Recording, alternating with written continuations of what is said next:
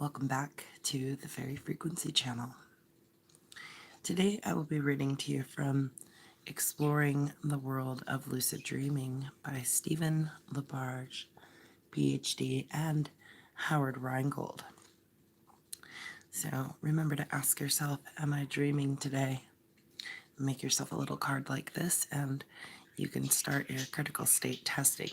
If you're not sure what critical state testing is, please definitely check out our community tab and you'll find some of those target testing exercises there, and also more of these dreamy chapters in our original playlist titled Exploring the World of Lucid Dreaming. Thank you for joining us today. Remember, if it's your first time here, please smash the like for us and hit that big red button and the little bell so that you get all of our channel notifications. So, disclaimer, we do have budgies, so you will hear them in the background. Today's chapter is chapter 11, The Healing Dream.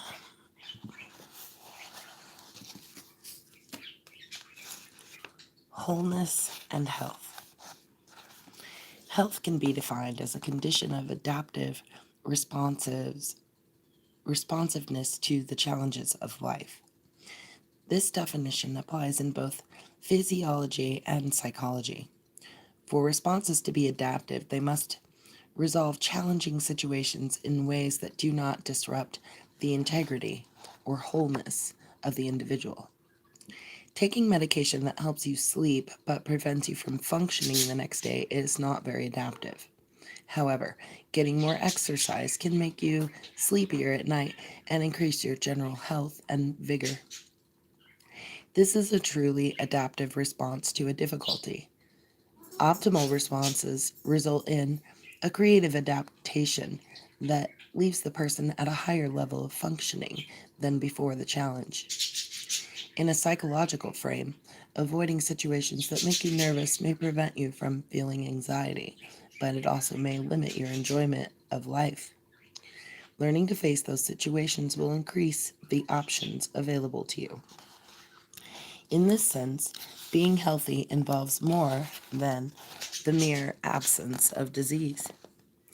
If our familiar behaviors are inadequate to cope with a novel situation, a truly healthy response requires learning new, more adaptive behaviors. Learning new behaviors is part of psychological growth, which leads to increased wholeness, a concept close to the ideal of health. It is no accident that the word whole, healthy, and holy come from the same root. Self-integration, accepting the shadow. Psychologist Ernest Rossi has proposed that an important function of dreaming is integration, the synthesis of separate psychological structures into a more comprehensive personality. Human beings are complex, multi-leveled psychosocial systems. Our psyches have many different aspects. These different parts may or may not be in harmony. When one part of a personality is in conflict with another part or denies the existence of other parts, unhappiness or antisocial behavior can result. Achieving wholeness requires reconciling all aspects of one's personality.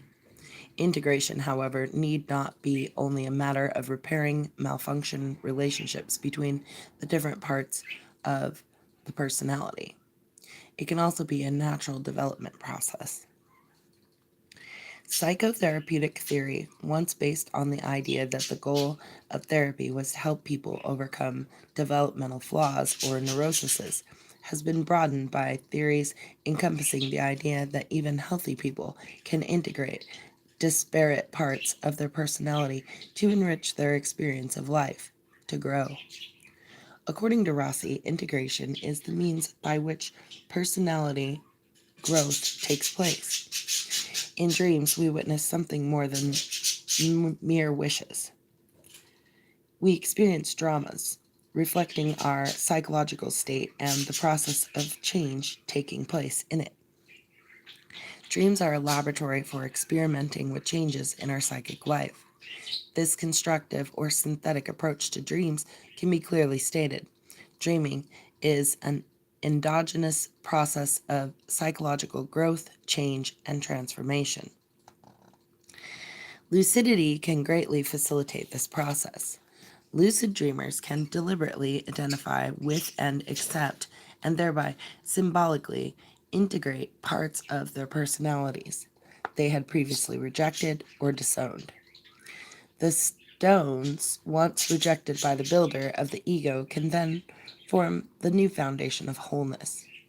In the same vein, the poet Rainer Maria Rilke advised, "If only we arrange our life according to that principle which counsels us that we must always hold to the difficult, and that which now seems to us the most alien will become what we most trust and find the most faithful."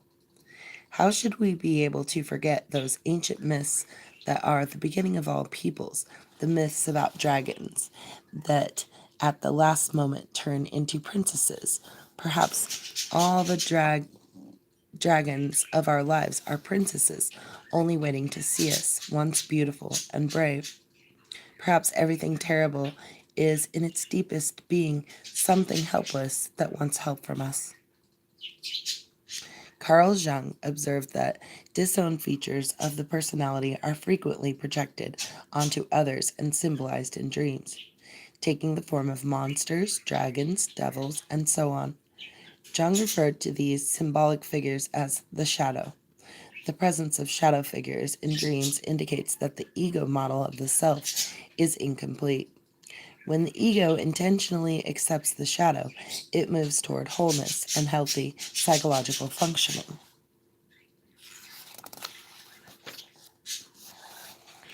The importance of being willing to take responsibility for the shadow elements in one's dreams is illustrated by the difficulties that plague the dream life of lucid dreaming pioneer Frederick Van Eden. In a perfect instance of the lucid dream, he wrote, "I float through immensely wide landscapes with a clear blue sunny sky, impelled to express by eloquent words of thankfulness and piety." Van Eden found that these pious lucid dreams were unfortunately very frequently followed by what he called demon dreams, in which he was typically mocked, harassed, and attacked by horned devils to whom he attributed independent existence as intelligent beings of a very low moral order. Jung would have probably considered Van Eden's demon dreams as an example of compensation, an attempt to correct the mental imbalance produced by his ego's sense of self-righteousness and inflated piety. In Nietzsche's words, "If a tree grows up to heaven, its roots reach down to hell." In any case, Van Eden could not bring himself to believe that it was his own mind that was responsible for all the horrors and errors of dream life. Because he could not understand this, he was never able to free himself from his demon dreams. Rather than denying responsibility for his own demons, he should have accepted them as part of himself. So, how does one go about accepting shadow figures in dreams? There are many approaches, all of which involve entering into a more harmonious relationship with the darker aspects of yourself. One approach mentioned in Chapter 10 is to engage shadow figures in friendly dialogues. This will make a difference with most people you encounter in dreams or waking life and might have surprising effects when you try it on threatening figures. Don't slay your dream dragons, make friends with them. Paul Thawley's dialogue approach is illustrated by a case reported by Scott Sparrow. Sparrow explains that the following dream of a young woman was one of a long series of nightmares in which she continually fled from an aggressive, somewhat mentally unbalanced man. This dream was the first in which she became lucid, and as we might suspect, it was one of the last dreams in this series. I'm in a dark, poor section of a city. A young man starts chasing me down an alley. I'm running for what seems like a long time in the dream. Then I become aware that I am dreaming and that much of my dream life is spent running from male pursuers. I say to myself, "Is there anything I can do to help you?" He becomes very gentle and open to me and replies, "Yes, my friend, and I need help." I go to the apartment they share and talk with them both about their problem, feeling compassionate for them both. Remember that evil, like beauty, may be in the eye of the beholder. As the Afghan Sufi master Hakim Sinai observed 800 years ago, if you want the mirror to reflect the face, hold it straight and keep it polished bright.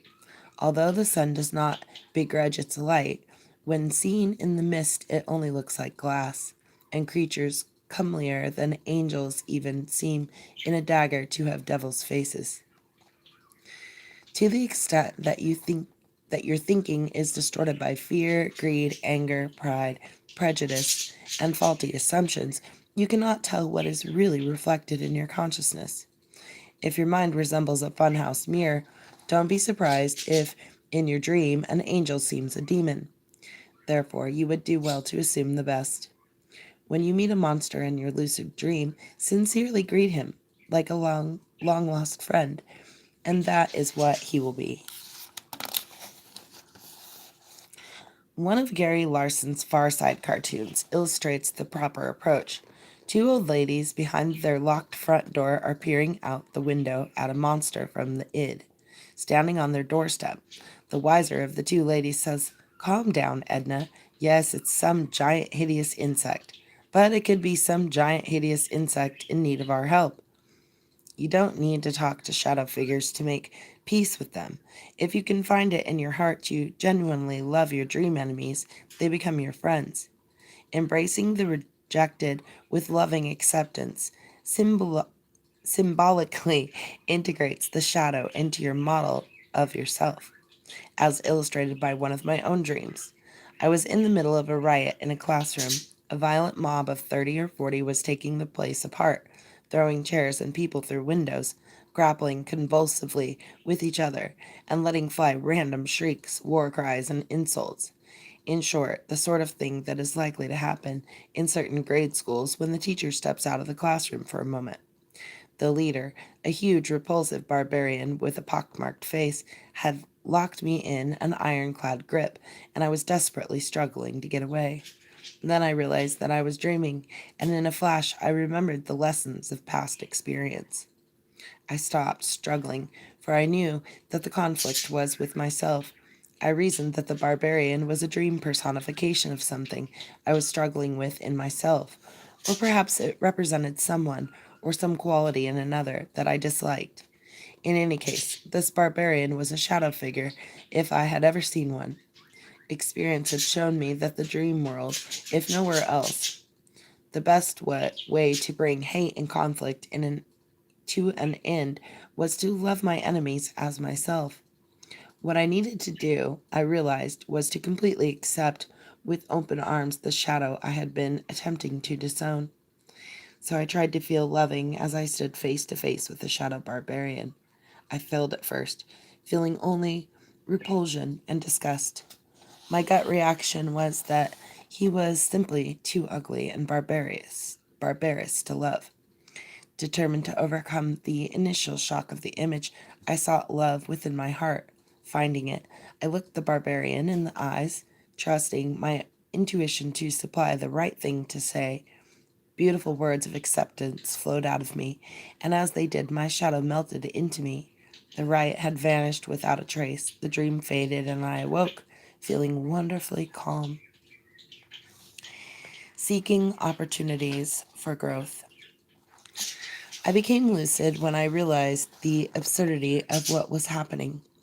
I was at a swim meet where we were about to begin a race, swimming across the carpeted floor of a locker room. Delighted to be lucid, I was about to fly out of the room to find an outdoor vista, but then I reflected on my goal of approaching and resolving problems in dreams. Looking about the room, I asked myself if anything, there was a problem to me. My eyes settled on a woman whom I had a great distaste for in waking life. I recognized that such strong dislike was unwarranted and probably stemmed from my wishing to disown some aspect of myself represented by her. So I walked over to her, took her hands in mine, and looked into her eyes. I looked for tenderness inside of myself and projected it toward her. Her aspect transformed to that of a young, helpless, and shy girl. I felt compassion for her. At this, I woke up and realized that I now understood why she behaved in the way that annoyed me. I also understand that the same kind of fearfulness that motivated her behavior was also part of myself. CL, Palo Alto, California. In reality, I have a great fear of water, and swimming was one of the possible choices for me to try in a lucid dream.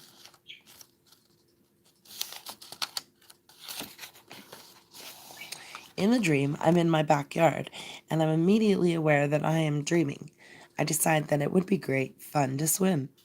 Instantly, there is water all around me. I swim several hundred feet and make many adjustments to my swimming form. I start to stand up in what is chest deep water and start to feel fearful. I remind myself that in a dream there is no reason for fear. I immediately feel comfortable and start to walk back around the house when I observe that the water has disappeared. LB, Willow Street, Pennsylvania. I'm in high school in a hall. I don't know why I'm there, and I think I'm supposed to go downstairs to the basement and find the gym. I get in the elevator, but the door slams shut on me. Then the buttons don't work. I notice there's a button for a lower level and a basement. I'm afraid of the lower level and manage to get the elevator to stop in the basement. I find the pool there, but it's in a big, dark room. Then somehow, I know I'm dreaming. I ponder what to do. I think of Thali's article and that I should seek the darkest and lowest. I find I am quite afraid of doing this. I realize, however, that I like the idea of self-integration, so I decide to go to the lower level. I go to the stairs, sit, and look down. It's dim and scary. I wonder what I fear to find.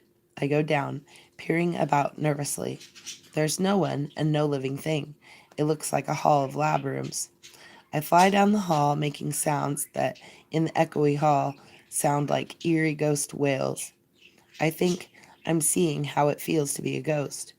I see two mirrors on top of the lockers and fly up to look at my naked body and focus on developing a positive appreciation of myself. I'm interrupted by a dark-haired woman with a gun. I float on my back as she points it at me. She is pointing it at my crotch, and I think it's funny. Clearly, she thinks I ought to be afraid. I say things like, "Put it to me, baby."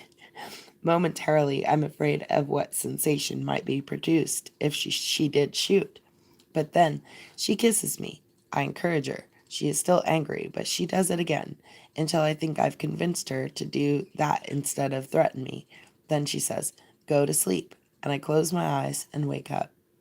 A.L. Redwood City, California. I had this dream when I was in third grade. On the other side of the street, instead of seeing the usual line of houses, there are all kinds of huge, beautiful flowers, like a scene out of Alice in Wonderland. They're really nice, and I just stand there admiring them until all of a sudden I get this incredible realization that this is all my dream. It's my dream. I control what goes on, and no matter what happens, I am always in control. Nothing can harm me. Anything I want to have happen will happen if I will it. So I look at these fine, pretty flowers and decide to try my skill.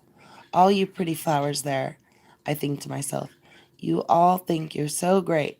Well, you can just all turn into horrible, ugly, man-eating plants. There is a moment's pause, then suddenly the whole scene went from the color to black and white, and the flowers had indeed turned into horrible, ugly, man-eating plants. I find myself faced with a jungle of grotesque, slobbering, terrifying creatures, all gnashing their teeth at me. I was quite taken aback that it had really worked, and was even afraid. Then I remembered that it was a dream and nothing can hurt me, not even these hideous things before me. I decide to take the challenge. Still a little apprehensive, I walk right into the jaws of the menacing man-eaters. As I do, they all disappear, and I wake up. And ever since then, I've always been able to control my dreams if they get too scary or too intense. B.G., Marin, California. If you have no difficulties, buy a goat, advises an Eastern proverb. Beyond the obvious admonition that goats are troublesome, this aphorism holds a deeper meaning. We grow in wisdom and inner strength by learning to cope with difficulties. Challenging experiences force us to consider who we really are and what is of real importance. As long as we content and never face any conflicts or dilemmas, we have no need to think. The great Sufi master Jal- Jalaluddin Rumi put it thus: exalted truth imposes on us heat and cold, grief and pain, terror and weakness of wealth and body, together so that the coin of our innermost being becomes evident. As hard as it may be to believe at first, our worst experiences can be our best friends. As Rilke suggests in the passage quoted earlier, if we hold to the difficult and do not run from our troubles, the whole world can become our ally. Thus, we propose that in our lucid dreams, you can benefit from seeking out difficulties, facing and overcoming them, and at the least, when faced with a terror you cannot escape, a pursuer or attacking monster, for instance, you should stay with the dream and resolve the conflict, using the methods suggested in this book. As a next step, if anything appears in your dream world that causes you discomfort, you can take its presence as an opportunity to investigate the problem and see if you can resolve or accept whatever it is that repels you. Those who are even more adventurous or serious about their desire to find personal wholeness can deliberately look for trouble in their lucid dreams. This means to search the dream world for things that you find frightening or distasteful. Psychologist Paul Thorley recommended this idea to subjects in a study of the use of lucid dreaming for promoting self healing. He quotes the German psychologist Kunkel as stating that the true way to healing is to seek out the barking dogs of the unconscious and reconcile with them. Emotional balance, according to Kunkel, can only be obtained through this process.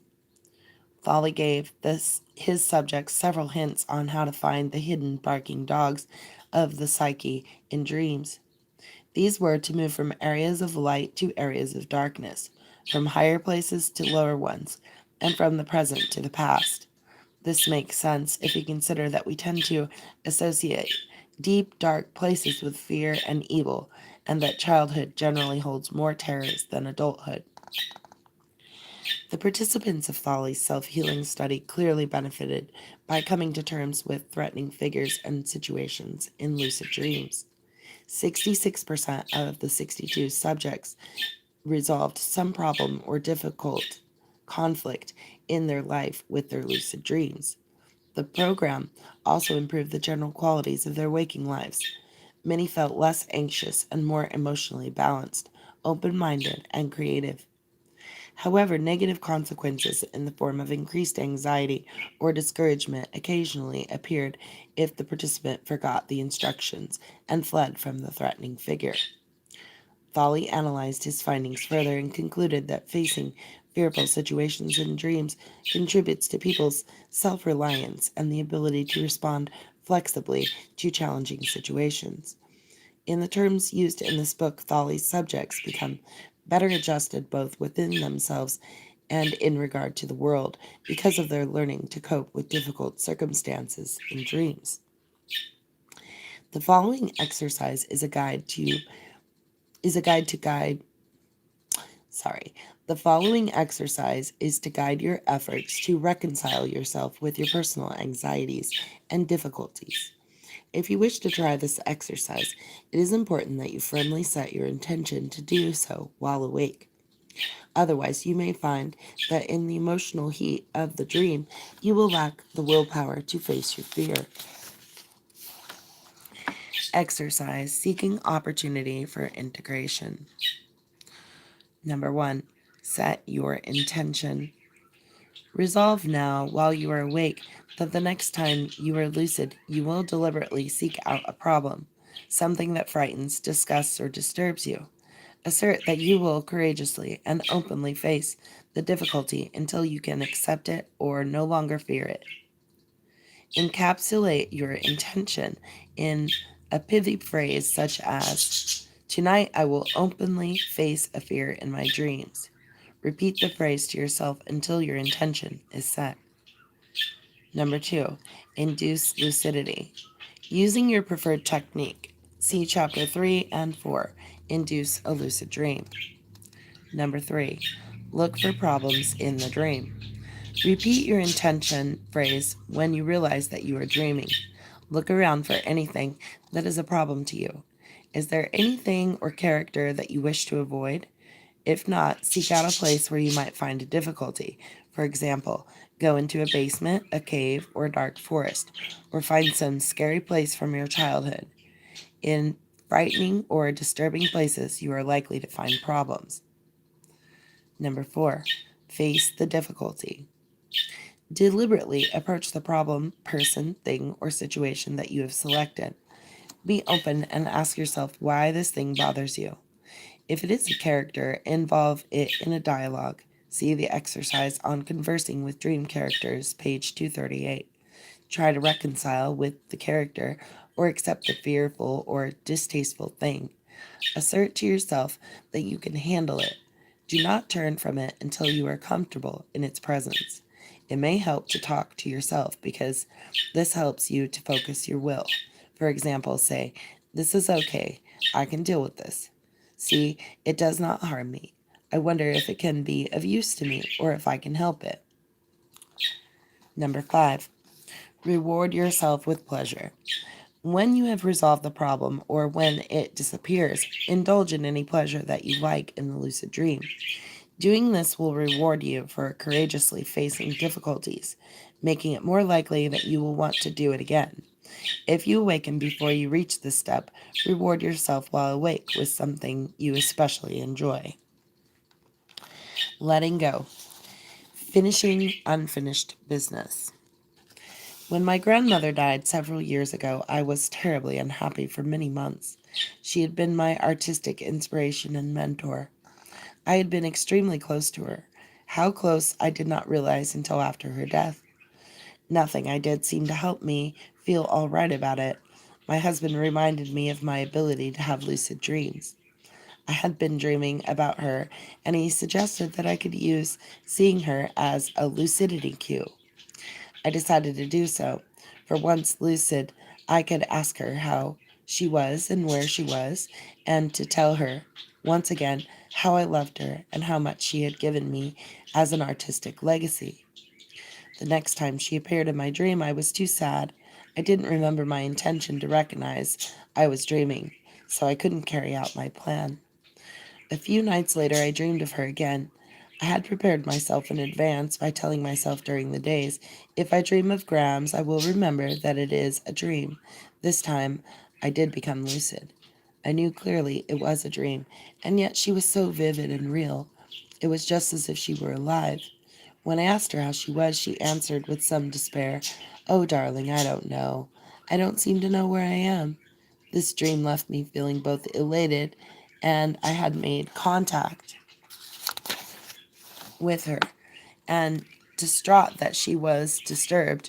Of course, many questions tumbled out from my troubled mind. Is she really someplace? Is this only my imagination? I wasn't sure what to think, so I was eager to talk with her again. 2 weeks later, I dreamed of her again and immediately became aware that I was dreaming. I asked her how she was and where she was. She said, "I'm not feeling so unsettled, Lori," and said something I could not quite understand about existing fairly happily somewhere. I hugged her a long time and told her, trying not to cry more than a little, how I loved her and always would, and how she had inspired my dancing, and that she would always be with me.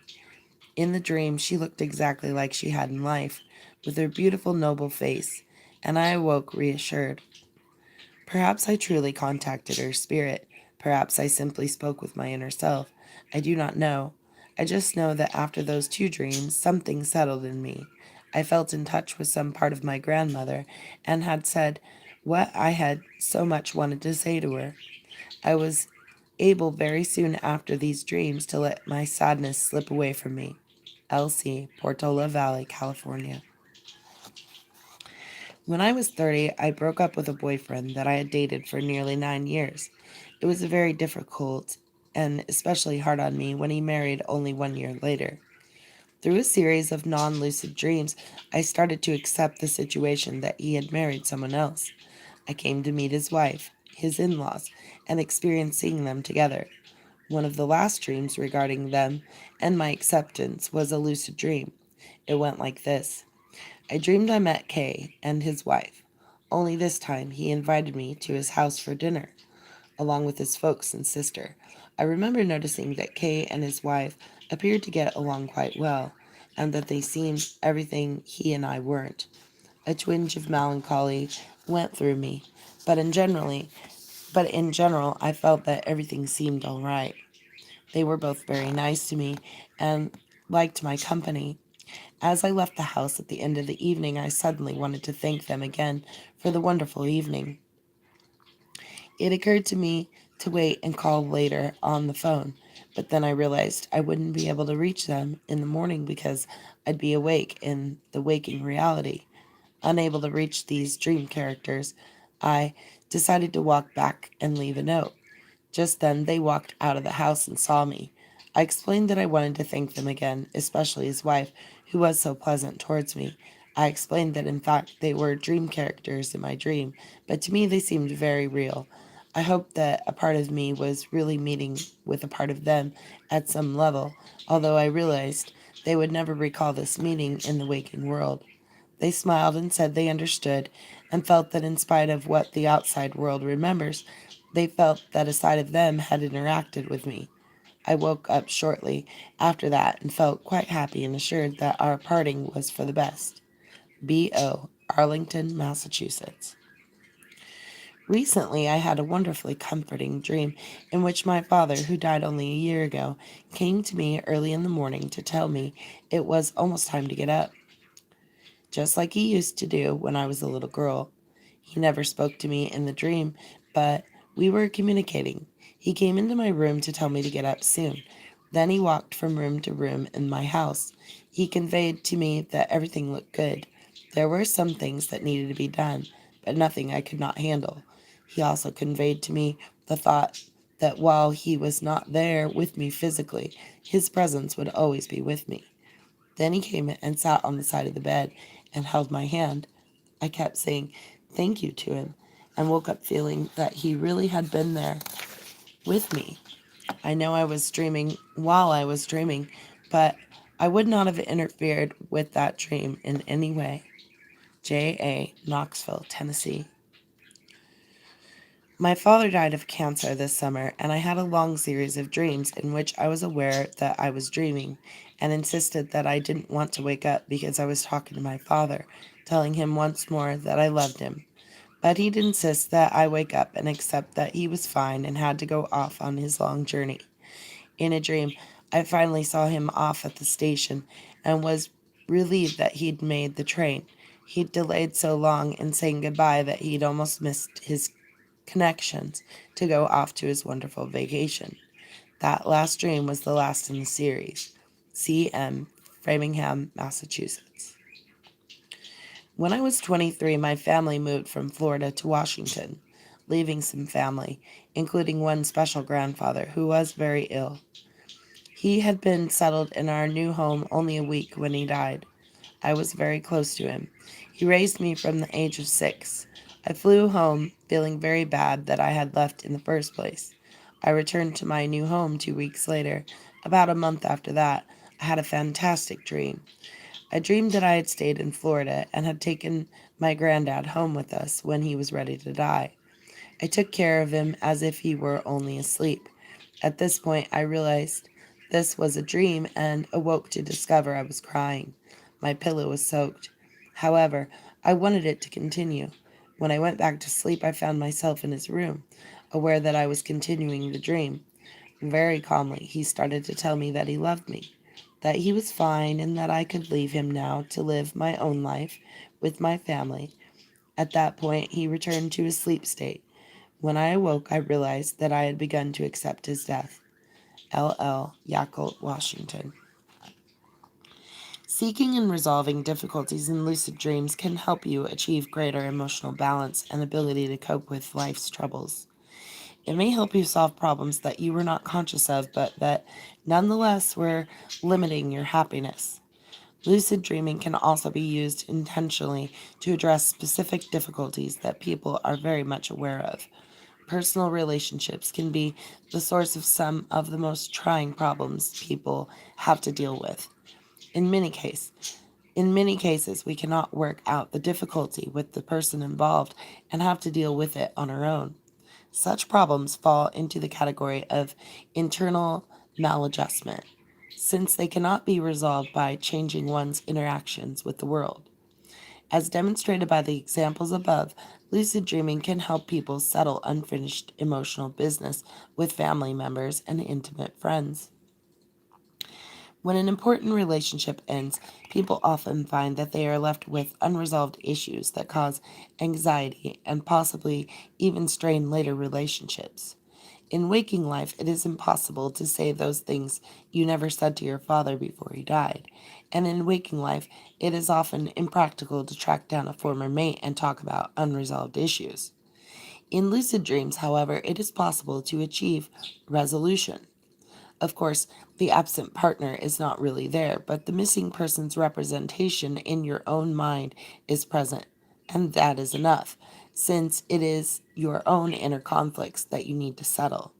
Dreams do not raise the dead, but as examples above testify, lucid dream encounters with the dead are real enough to allow us to feel we are with them once more, and that they live on in our hearts. As Jalal Rumi epitaph reminds us, when we are dead, seek not our tomb in the earth, but find it in the hearts of men. Thali had studied the use of lucid dreaming as a means of achieving resolutions of such unfinished relationships. He concludes that it is possible to achieve resolution with inner representations of important people in one's life by engaging in conciliatory dialogues during lucid dreams. Mindfulness and mental flexibility. I was sliding along a snow-covered country road on my belly, but without a sled. On both sides of the road were dense forest and huge rocks. The road was very hilly and curvy, and I was going at a good rate of speed, fearing I was going to slide at any moment into a tree or rock. While I was moving along, I said to myself, "This is a dream, so I can't get hurt, even if I do crash. So why not go faster?" I willed myself to go at breakneck speed over the dangerous road, only to find myself having the time of my life. I actually controlled the whole dream, knowing it was a dream and no danger was involved. K.H., Chicopee, Massachusetts. Lucidity greatly enhances your mental flexibility, making it easier to master whatever challenges your dream world presents. Experiencing how it feels to be flexible, knowing what it's like to trust your ability to come up with imaginative solutions to unforeseen problems can become a resource in your waking life. Flexibility can help you choose the best actions to get what you want and live in harmony with the rest of the world. Indeed, responding creatively may be the only course of action available. You can't always get other people to act the way you want them to, but you can always creatively reframe your situation. Flexibly control your behavior. Mindfully create multiple perspectives and optimize your outlook. The Harvard the Harvard psychologist Ellen Langer has studied two contrasting modes of mental function: mindfulness and mindlessness. Mindfulness is a state of attentive awareness in which environmental information is consciously controlled and manipulated while people are engaged in the process of making new distinctions and constructing new categories. Mindlessness, in contrast, is a state of reduced awareness in which people process the information from their environments in an automatic manner. They rely on habitual categories and distractions without reference to possible novel aspects of the information, resulting in behavior that is rule governed and rigid. According to Langer's research, much of the behavior we assume to be performed mindfully instead is enacted rather mindlessly. Unless there is a well-learned script to follow or effortful response to make, people may process only a minimal amount of information to get them through their day. As an example, in one study, people about to use a Xerox machine were asked in one of several ways to let another person use it first. We will compare only the two most interesting conditions. One of two requests were made. A. Excuse me, I have 5 pages. May I use the Xerox machine? Or B. Excuse me, I have 5 pages. May I use the Xerox machine because I have to make some copies? 60% of the people given request A agreed, but 93% given request B agreed. 60% of the people given request A agreed, but 93% given request B agreed. In the case of request B, the people seemed to respond to the fact that they were given a reason to relinquish their place in line. Even though the reason was empty of content, they responded without thinking. Our mental functioning in ordinary dreams frequently exhibits remarkable mindlessness. This is how we can fail to notice and correctly interpret the most absurd anomalies. Mental functioning during lucid dreams, in contrast, is characterized by mindfulness. People have generalized expect People have generalized expectancies about the degree to which they can influence the world. They locate the control of their experience either within themselves, internals, or in the outside world, externals.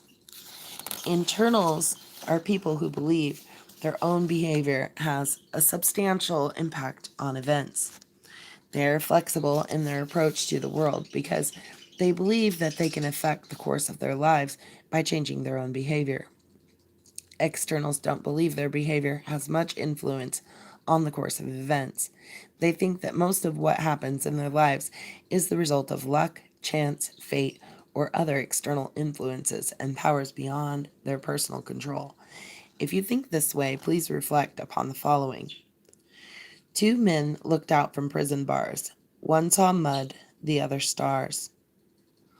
Properly practiced, lucid dreaming can enhance your ability to see the stars in any situation, to mindfully look for a better way of doing things, to become an active shaper of your destiny, to move your control expectations from external toward internal.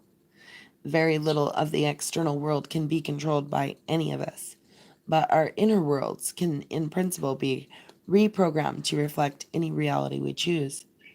By adopting a flexible attitude, we can enhance our ability to act in a way that will help us find in the myriad of potential realities the most useful and rewarding actuality. Ellen Langer's research suggests that mindfulness, a creatively integrative mastery of life experience, leads to improved health and longevity either directly or by increasing awareness of adaptive responses. If this is so, given the connection between mindfulness and lucid dreaming, this may be one of the many ways that lucid dreaming can lead to improved health. The next section illustrates how lucid dreaming may even be effective for promoting physical healing. Healing the mind, healing the body. In 1979, I cracked my foot. I'm a dancer, and there was no way I could afford to be out of work. Nor did I have any desire to stay off my foot for 3 months. The doctor said I'd better not think of dancing for at least 6 months. So every night I tried to dream about that day at dance rehearsal when the accident happened, until I could change in my dream the dance move that made me land on my foot in the wrong way. It took several tries, but eventually in my dream the fall didn't happen, and I tried to set that in my mind. After 3 weeks of this, I started to dance on my bad foot. I went back to the doctor after 3 months and didn't tell him I'd been dancing. He said my foot was mending very well and to continue to stay off of it. DM Studio City, California. In 1970, I was hit by a car when I was a passenger on a motorcycle. I received a broken leg and some injuries to my gallbladder. I underwent emergency surgery to remove my gallbladder. A few days after the surgery, when I was recovering in the hospital, I had a dream in which I was whole and floating about the hospital room. I saw my body lying in the bed, with the casted legs suspended slightly above my body and various tubes in every orifice, it seemed.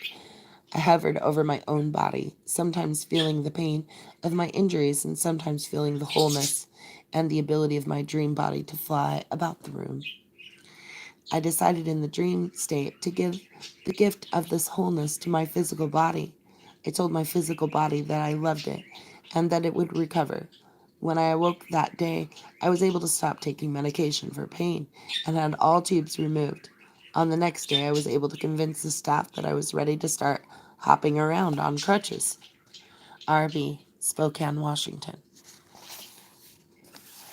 These experiences suggest that lucid dreaming might be useful for physical as well as mental healing. Although this is one of the most speculative ideas for the application of lucid dreaming, anecdotal and theoretical evidence supports the possibility.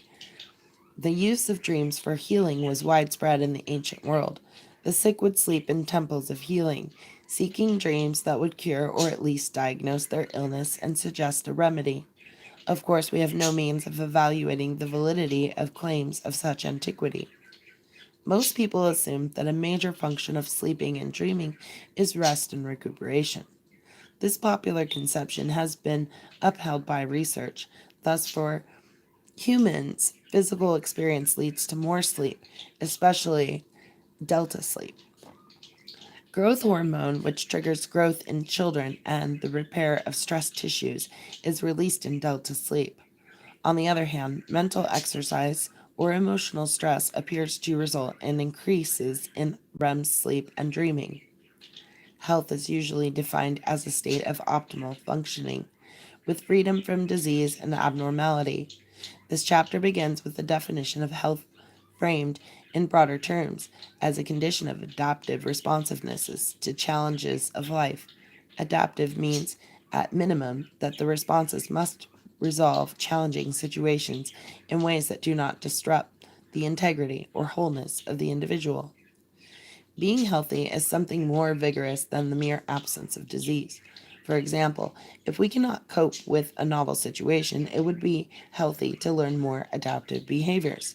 This sort of psychological growth helps us to become increasingly better equipped to deal with the challenges of life.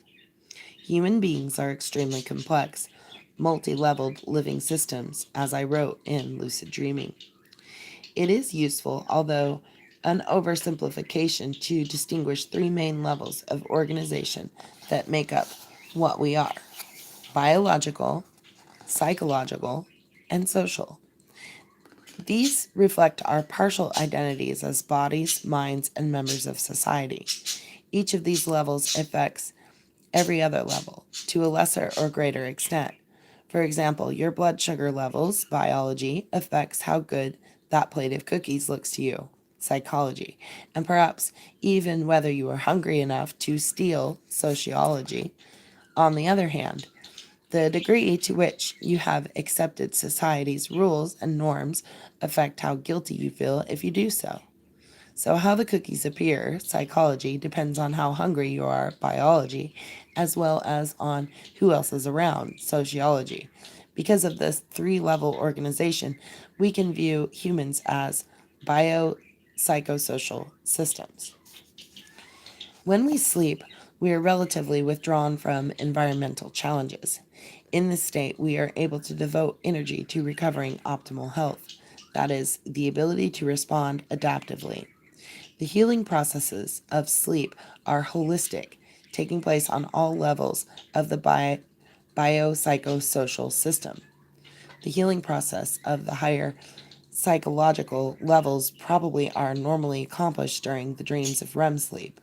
However, due to maladaptive mental attitudes and habits, dreams do not always properly fulfill this function, as we've seen in the case of nightmares. Lucid dreaming as a form of mental imagery is related to daydreaming. hypnagogic reverie, psychedelic drug states, and hypnotic hallucinations. Dr. Dennis Jaffe and Dr. David Bresler have written that mental imagery mobilizes the latent inner powers of the person, which have immense potential to aid in the healing process and in the promotion of health. Imagery is used in a great variety of therapeutic approaches, ranging from psychoanalysis to behavior modifications and to help physical healing. For purposes of illustration, let us examine one well-studied form of potent imagery, hypnosis. People who have hypnotic dreams while in deep trance relate experiences that have much in common with lucid dreams. Hypnotic dreamers are almost always at least partly lucid in their dreams, and in the deeper states, like lucid dreamers, they experience imagery as real. Deeply hypnotized subjects are able to exert remarkable control over many of their physiological functions, inhibiting allergic reactions, stopping bleeding, and inducing anesthesia at will. Unfortunately, these dramatic capa- these dramatic responses are limited to the one person in 10 of 20 capable of entering very deeply into hypnosis. Unlike lucid dreaming, this capability does not seem to be learnable. Thus, lucid dreaming could hold the same potential for self regulation as deep trance hypnosis, yet be applicable to a much greater proportion of the population. Let us consider another example of the therapeutic use of imagery.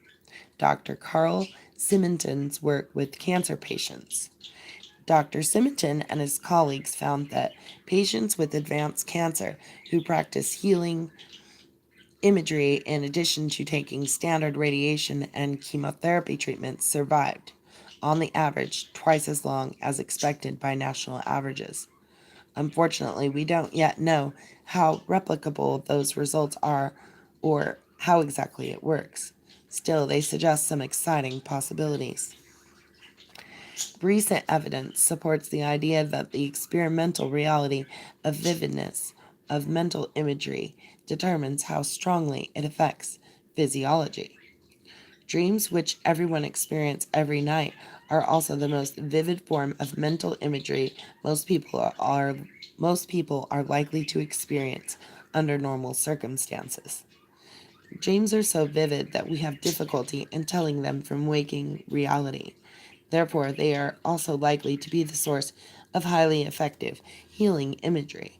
Furthermore, laboratory studies at Stanford University and elsewhere have revealed a strong relationship between dreamed imagery and physiological responses. This fact indicates that in lucid dreams, we may have an unparalleled opportunity for developing a high degree of self control of our bodies, which might prove useful for self healing. In 1985, I wrote, "Since while dreaming we generate body images in the form of our dream bodies, why should we not be able to initiate self healing processes by consciously envisioning our dream bodies as perfectly healthy during our lucid dreams? Further, if our dream bodies do not appear in a state of perfect health, we can heal them symbolically in the same manner. We know from our investigations that such things can be done. Here is a question for further lucid dream research to answer. If we heal the dream body, to what extent will we also heal the physical body?" 5 years later, the question remains as intriguing as ever and has yet to receive a definite answer. There are, however, intriguing anecdotes. My findings are that healing is possible in lucid dreams. I had a lump in my breast which I took apart inside my body in a lucid dream. It was a beautiful geodesic cathedral-like structure. A week later, the lump was gone. BP, San Rafael, California. About a year ago, I sprained my ankle. It was very swollen and difficult to walk. In a dream, I remember running, and suddenly I realized that I couldn't possibly be running with the ankle, so I must be dreaming. At this point, I began to come out of my dream. The pain of my ankle started to fade in, but then I reached for my ankle with my dream hand, which caused me to tumble in my dream as I held my ankle, I felt a vibration similar to electricity. Amazed, I decided to throw lightning bolts around in my dream. That's all I remember of the dream, but I awoke with next to no pain in my swollen ankle and was able to walk on it with considerable ease. CP, Mount Prospect, Illinois. Of course, these stories are anecdotal. We have no way of knowing whether lucid dreaming had anything to do with the reported improvements. BP's lump could have gone away by itself anyway, and CP's sprained ankle might have been on the threshold of healing just as at that moment. Controlled scientific studies are the only certain way to determine the true potential of the healing dream. That is the end of chapter 11. So remember, folks, if you've missed any of the previous chapters of this amazingly dreamy book, you can find them on our original playlist list, and they're titled Exploring the World of Lucid Dreaming. And if you want even more information on your dreams, look for our original collaborative playlist titled Dreams and Visions. Find more information on Dream Recall there too. Thanks again for joining us today. Don't forget to come back and leave us a comment, and have a beautiful morning, afternoon, evening, whatever it turned out to be. And don't forget to ask yourself, am I dreaming